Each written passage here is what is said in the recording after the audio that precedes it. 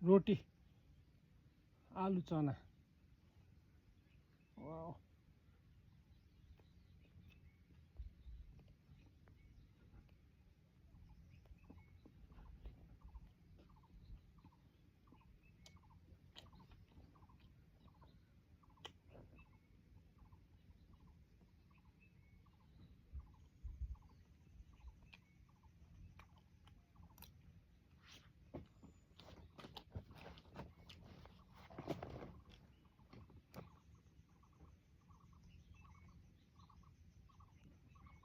अहिले चाहिँ म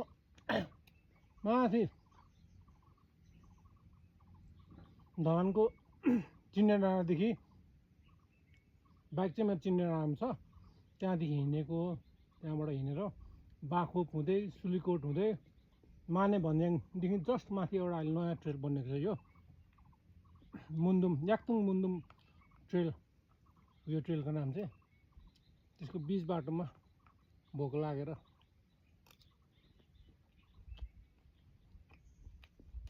घर छेउको फुपूको दोकानबाट आलु चना किने 30 रुपियाँको अनि माथि शान्तिपथमा यता छेउमा खोला छेउमा त्यहाँ एउटा मुसलमानहरूले रोटी बेच्छ क्या 50 रुपियाँको सुक्खा रोटी 3टा हो 3टा सुक्खा रोटी बोकेर हिँडेको छु अनि भान्चोकमा 25 रुपियाँ गोटा उसिनेको अन्डा बोकेर हिँडेको रोटी त चिसो भएछ तर मिठो छ भोकले भनेपछि 50 को रोटी 30 को आलु चना 80 र 50 को अन्डा 130 पानी त घरबाटै ल्याएको हो 130 रुपियाँको खाजामा हाइकिङ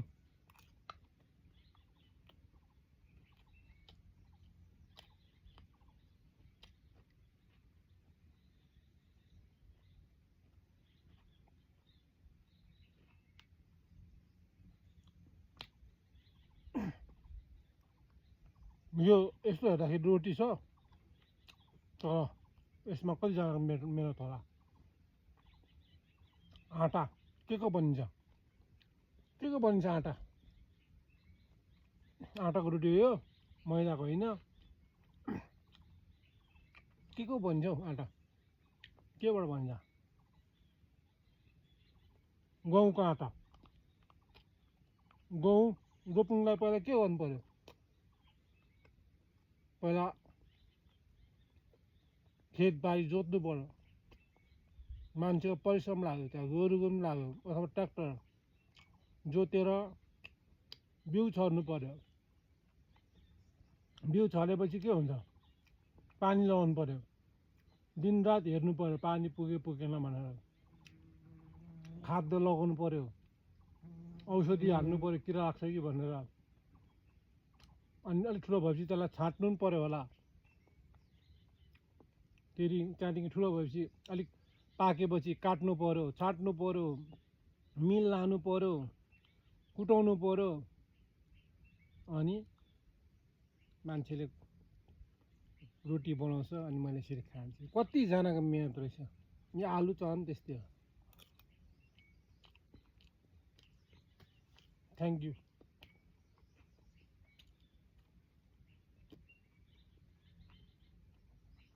धन्यवाद ती सबै कर्मठातहरूलाई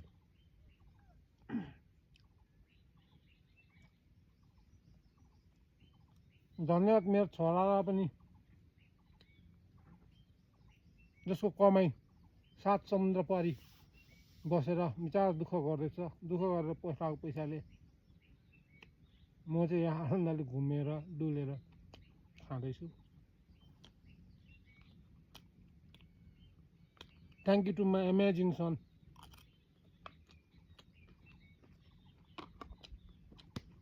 एउटा रोटीले आउँछ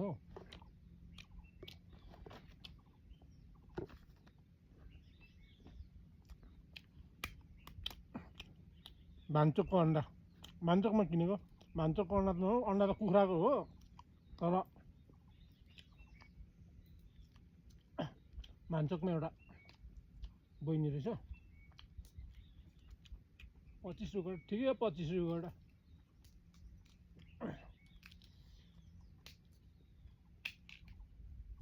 वाउ बिचको चाहिँ खाँदिनँ क्या म हप्ता यत्तिकै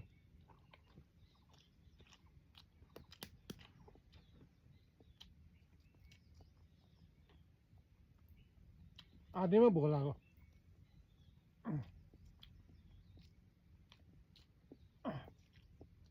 तागत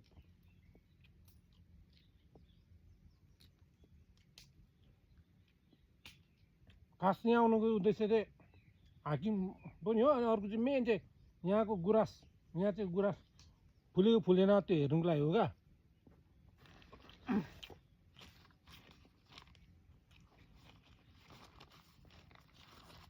एउटा मात्रै खान्छ अब गुराँस तल एक ठाउँ रहेछ यता माथि चाहिँ छैन देखिन गुराँसको एउटा रुख देखिन तल चाहिँ एउटा रहेछ तर झ्याममा परेको रहेन सानो रुख रहेछ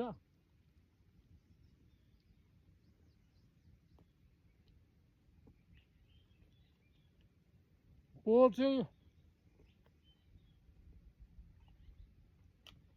त्यो अर्को खुवालुङ पदमार्गमा चाहिँ थियो क्या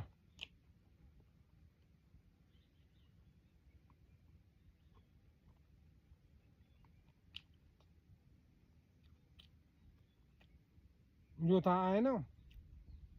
बिरामी छ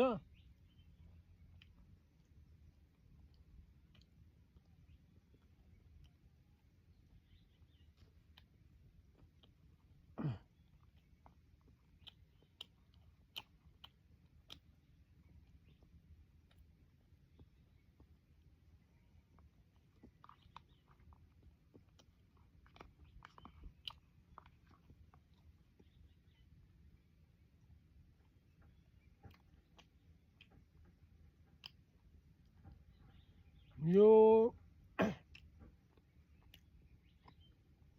डाँडामा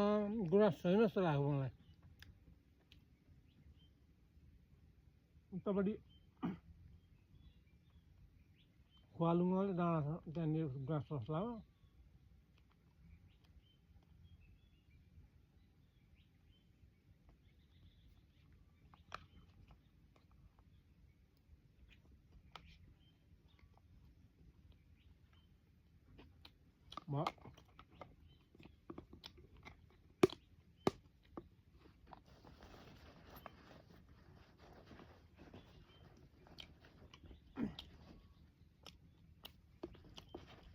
ओरेन्ज पनि छ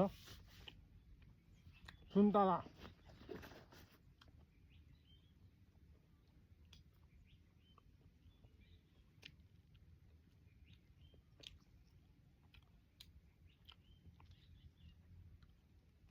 सुन्तला चाहिँ यसो गेटा यतातिर छरिदिनु पऱ्यो अरू सुन्तला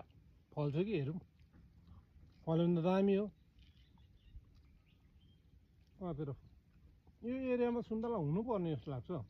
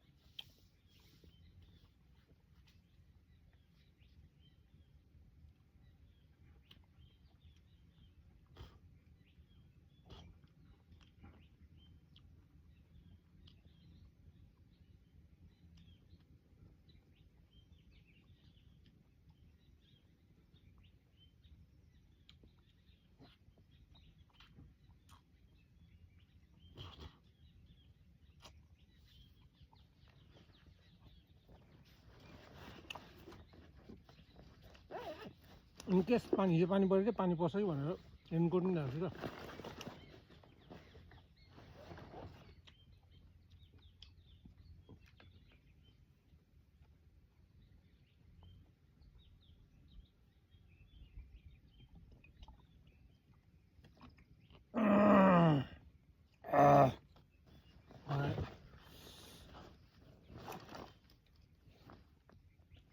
अब माथि 5 मिनट जति होला, 5-7 मिनट त्यहाँ पुग्छु अनि फर्किन्छु।